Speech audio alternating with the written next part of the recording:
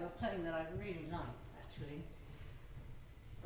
Not least, I think this Scriabin is very, very difficult. And actually you're making the left hand look quite comfortable. You have got huge hands, which helps, because they're very sprawling. These, I mean, look at my hand compared to yours. This is not a piece that I would find comfortable to play. So I think the only way I can help you is by saying that when you play the left hand, you have so many notes in every single bar, and you have to feature these staccato notes. But the melody is only 3 notes on the first bar.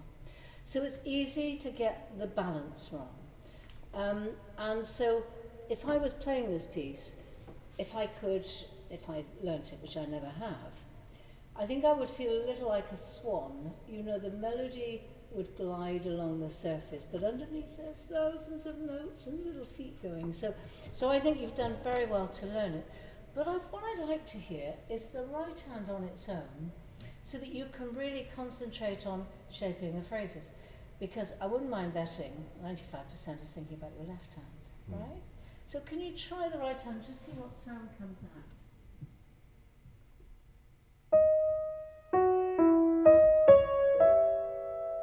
Okay, hold up a minute. I think that's too small. You see, the sort of Russian sound.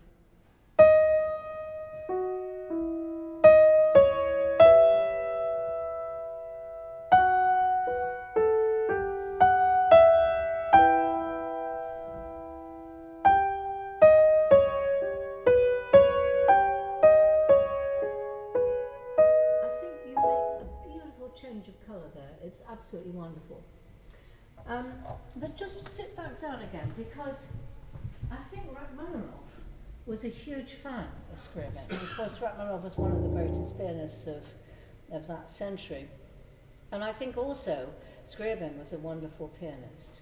But the Russian sound is more penetrating at the top. It's more, I mean, this is in B major, but it's incredibly emotional, isn't it? Can you play the right hand and just show a little bit more, almost trauma as you're playing it?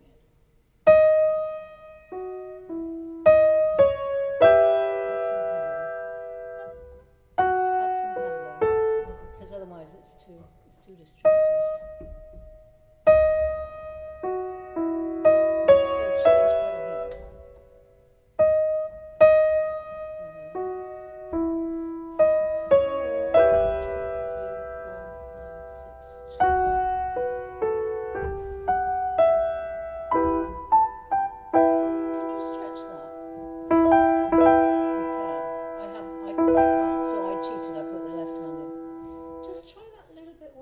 Because this is such eloquent music. Can you hear that's louder than that? I don't think you want that.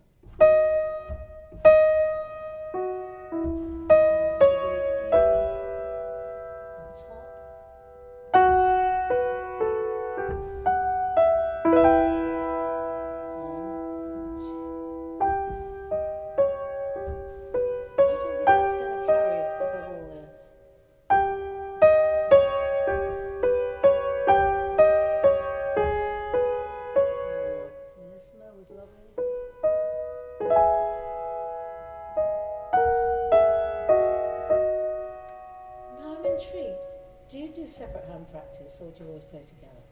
I usually do. With this piece, I haven't done much separate hand practice. But you've done the left hand separately, I'm sure, haven't you? A little bit, yeah. Right. Well, if I was learning this, I'd spend an awful lot of my time learning all these stretches and all this kind of...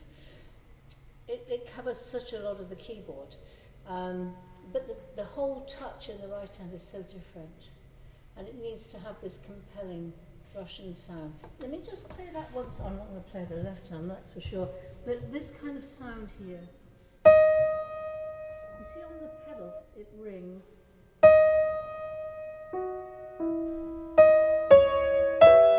there is an accent there. So let's give it a little bit more. If I'm too loud here, I'm going to kill off the F sharp.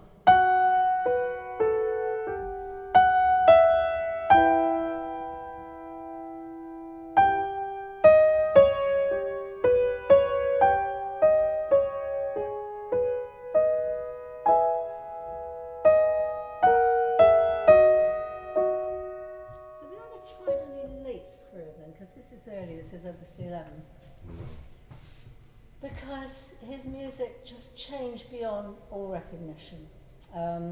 He became very adventurous with a very different style. This is very influenced by, I mean, Chopin in the left hand, but the kind of Russian romantic sound.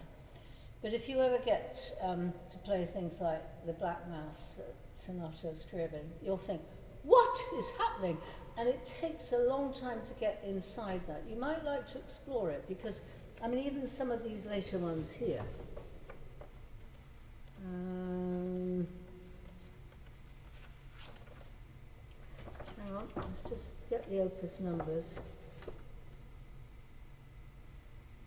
Actually, believe it or not, they haven't got any opus numbers here at all. But the later the opus numbers, the more extraordinary the music is and difficult to grasp. But just try that once more. I want to try and cultivate the Russian sound in you, because you play so well, but I think there's more beauty there. I'm going to get you up again, sorry.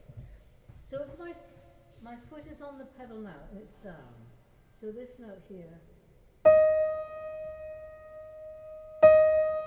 try and roll your wrist a bit. So it doesn't sound too, I don't mean that kind of loudness, but it's a very passionate sound.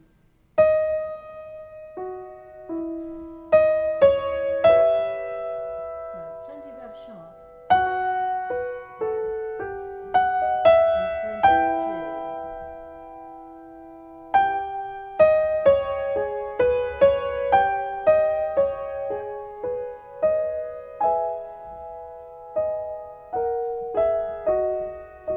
I think it's absolutely beautiful music. Try and get into the sound world.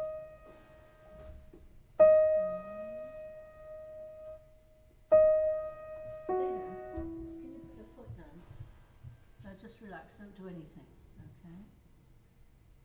Or your let your wrist roll. Now, can you hear that the tone is improving? But if you just stick it down. Sorry, I didn't mean to do it. But it's going to be hard edged, but this way, and play on the cushion of the finger there. Keep the pedal down. I'm moving your whole arm, upper arm, lower arm, wrist, holding the finger quite tight actually. Try that. There. Going this way. Yeah, I think you have to change pedal there. Hold the D sharp because it's tight.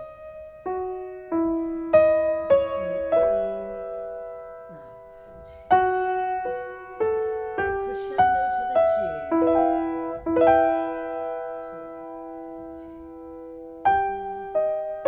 So this is MF, it's a stronger dynamic at the beginning. G sharp.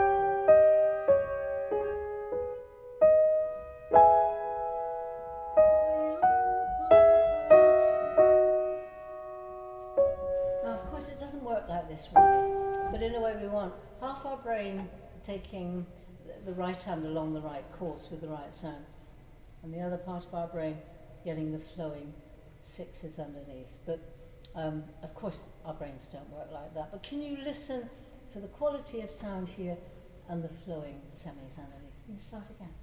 With both hands. Oh, yeah.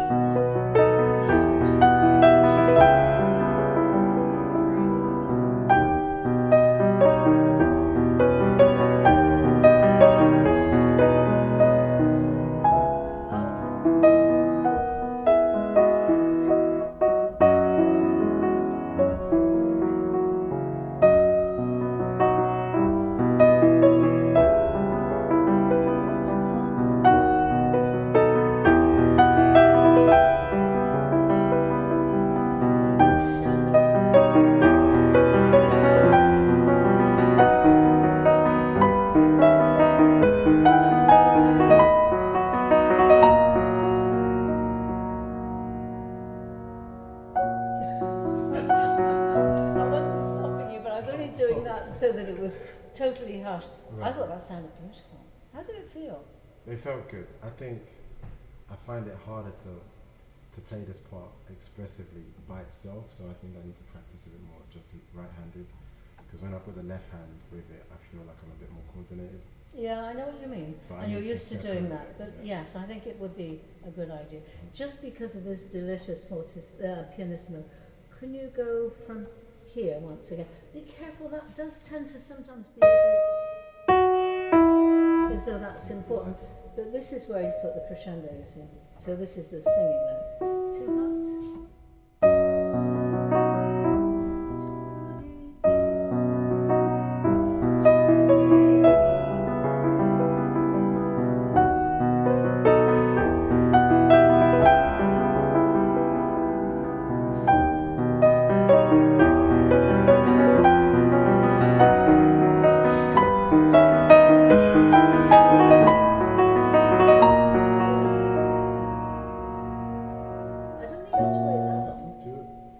Should I like take off the pedal before I move on to the next part, or do I kind of hold it? Just raise it here, but there's not a rest, is there? No. But you're taking the crescendo through, and then change pedal there. If he put a pause there, I would condone what you're doing, but he didn't. You know, you need to keep the flow, I think.